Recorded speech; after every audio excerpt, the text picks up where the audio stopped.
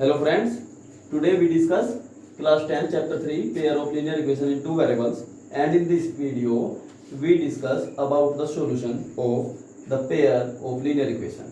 ठीक है, तो पिछली वीडियो में हमने आपसे डिस्कस किया था कि ग्राफिकली जो लीनियर इक्वेशंस को हम रिप्रेजेंट करते हैं वो उसकी थ्री सिचुएशंस होती है। ठीक है, थ्री सिचुएशंस हमने डिस्कस की थी और वो डिपेंड करती थी उनके कोफिशिएंट के रेशो के ऊपर। चलो अब हम एक बार फिर उसको देखते हैं और उससे ये थोड़ा सा ये पता करने की कोशिश करते हैं कि किन सिचुएशन में हम अपना क्वेश्चन सोल्व कर सकते हैं और किन सिचुएशन में नहीं कर सकते।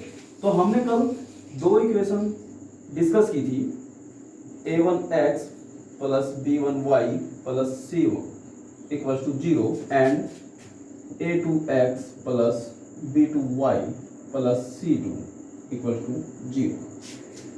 और पिछली वीडियो में हमने आपसे बताया था कि a1 upon a2 not equal to b1 upon b2, then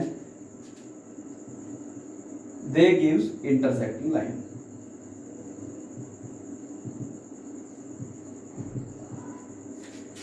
second situation is a1 upon a2 equal to b1 upon b2 does not equal to c1 upon c2. In this condition, they gives parallel line. No, yes,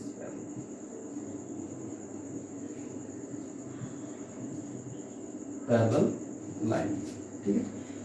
And in third situation, if both are equal,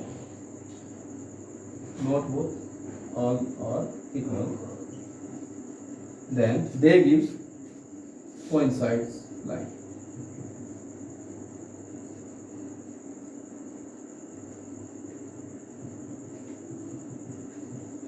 Coincident line. These three situations we discuss in last video. अब हम ये discuss करते हैं कि इनमें से किन conditions में हम अपना क्वेश्चन सोल्व कर सकते हैं और किन कंडीशन में नहीं। तो देखिए हम यहाँ पे करते हैं, एक तो इंटरसेक्टिंग लाइन। ये एक ऐसा प्रोसेस, यहाँ पे जब इंटरसेक्टिंग लाइन होती है हमारी दो, तभी हम अपना क्वेश्चन सोल्व कर सकते हैं, तभी हम अपना क्वेश्चन सोल्व कर सकते हैं। ठीक है, अगर पैरेलल लाइन है, हमने बताया था पैरेलल लाइन में क्या होता है, नो सॉल्यूशन। जब नो सॉल्यूशन होगा तो इसका मतलब हम लीनियर इक्वेशंस को सोल्व ही नहीं कर पाएंगे।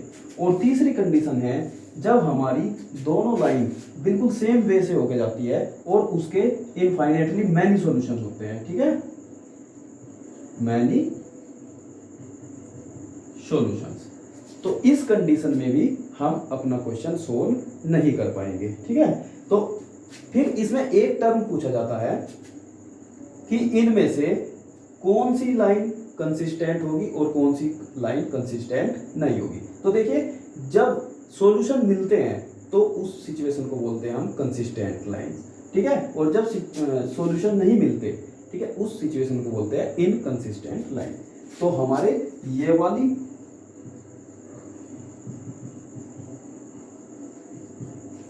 और ये वाली सिचुएशन, ठीक है, ये दोनों होगी कंसिस्टेंट, क्योंकि इन दोनों सिचुएशन में हमें सॉल्यूशन मिलते हैं। इसमें हमें कोई सॉल्यूशन नहीं मिलता, इसलिए हम इसको बोलते हैं इनकंसिस्टेंट।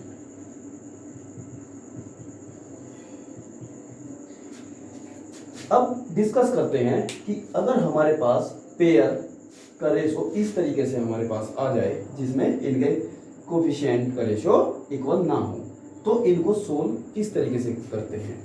तो इनको सोल्व करने के चार मेथड है। इसको हटा देते हैं यहां से।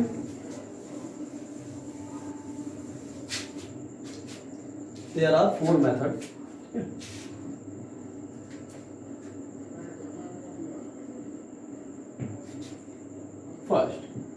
फर्स्ट होता है हमारे पास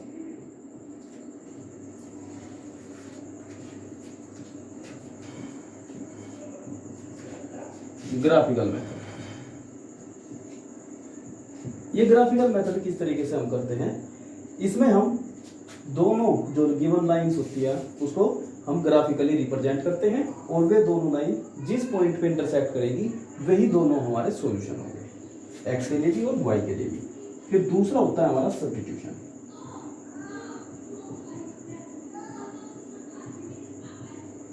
substitution method.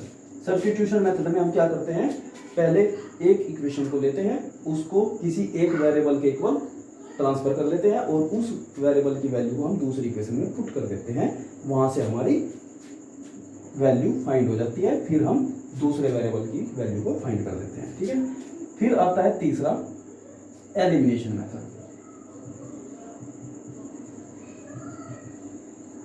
Elimination method, elimination में हम दोनों इक्वेशन के किसी भी एक वेरिएबल के कोफिशिएंट को इक्वल कर लेते हैं। इक्वल करने के लिए हमें जिस नंबर की जरूरत होती है उस नंबर से हम पूरी इक्वेशन में मल्टीप्लाई कर देते हैं ताकि कोफिशिएंट इक्वल हो जाए। और फिर हम सिचुएशन देखते हैं, अगर दोनों वेरिएबल पॉजिटिव है तो अपनी इक्वेशन को निगेटिव कर देते हैं और अगर ऑपोजिट साइन में है तो उनको पॉजिटिव कर देते हैं। ठीक है, इस तरीके से हम इनको एलिमिनेशन में सोल्व करते हैं। फिर आया नंबर 4, ये है हमारा क्रॉस मल्टीप्लिकेशन मेथड।